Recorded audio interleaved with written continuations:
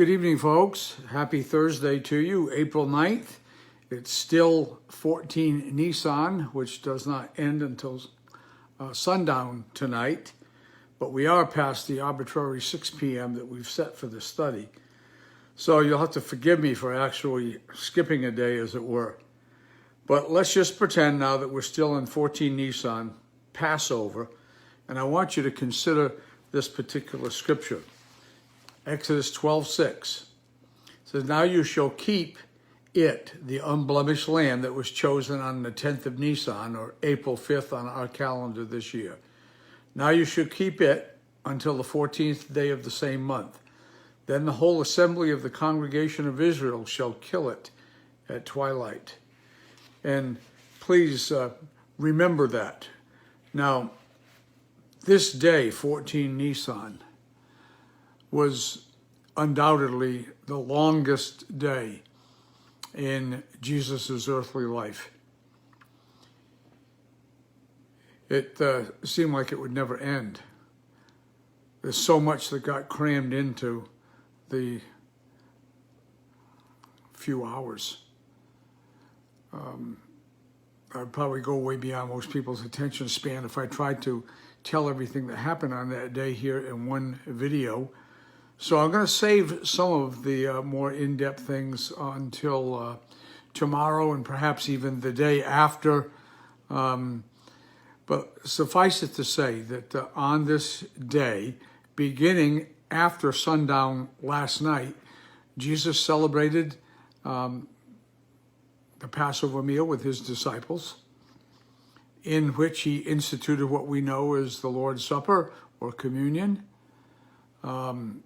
So much happened in the upper room in addition to just that meal.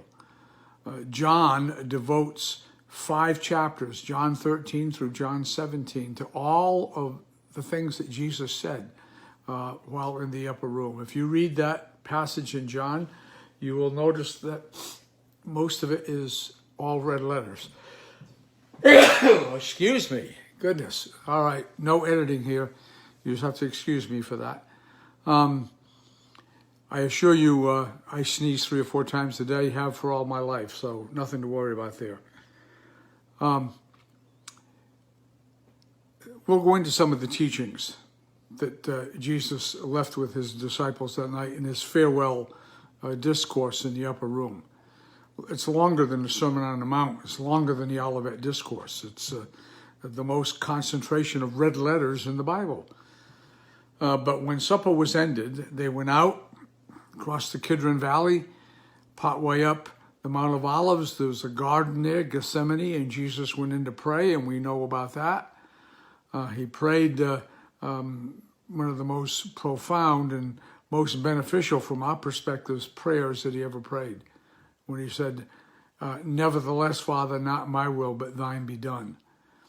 And so from that moment on, events started to unfold rather rapidly. Jesus was betrayed. He was arrested. He was taken before the Sanhedrin for a trial.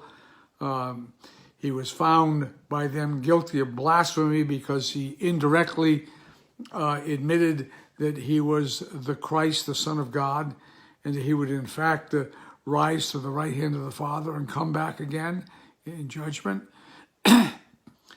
They couldn't stand that, but they also, because they were under Roman occupation, could not execute the death penalty, so they took him before Pilate.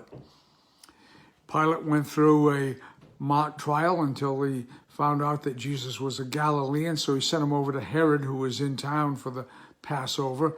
Herod had his fun with Jesus, he and his men. He was hoping that Jesus would perform a few miracles or magic tricks for him. And when that didn't happen, when Jesus remained silent, they whooped him around a little bit, put a purple robe on him, sent him back to Pilate. Pilate went through a couple more episodes of the mock trial, but most telling, in the middle of all of that, Pilate stood in front of the Jews and he said, "I find no fault in this man."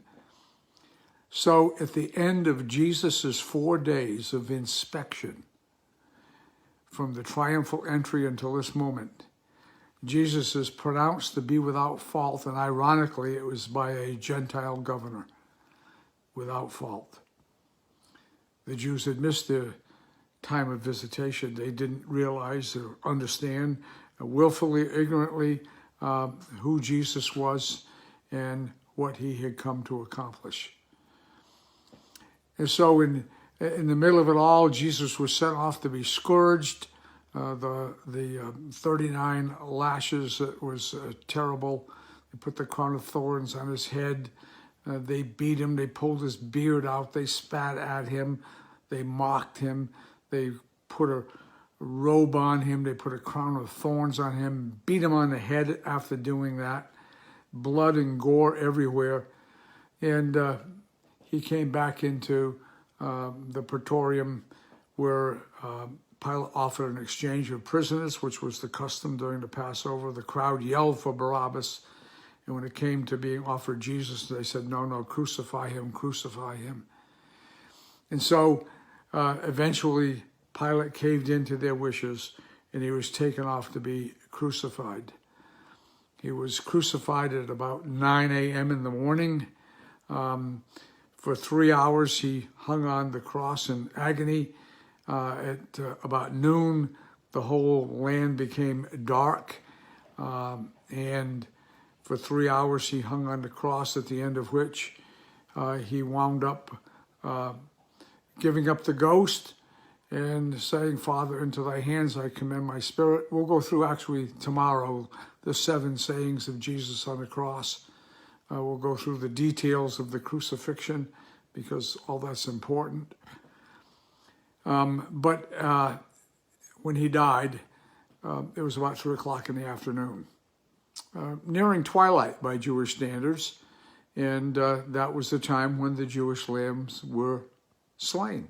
Twilight on 14 Nissan. He fulfilled the first spring feast, Passover. At that time, the chief priests and the elders went to Pilate and asked that the legs of the 3 that were crucified, Jesus with a thief on each side of him, that the 3 of them would have their legs broken so that they would no longer be able to push up and take in a breath. And so in effect, they would die by asphyxiation. When they came to Jesus, they found that he was dead already. So they thrust a spear in his side and blood and water mingled together, came flowing down. He was already dead. And so in haste, getting him off the cross, along with the thieves, because the Jews had this respect for the very next day. At sundown was going to begin the first day of the Feast of Unleavened Bread, which was a high Sabbath on the Jewish calendar. They couldn't do any work then at all. So all this had to be done very quickly, and thankfully there was a garden with a new tomb in it, very close by, owned by Joseph of Arimathea, and Jesus was taken down.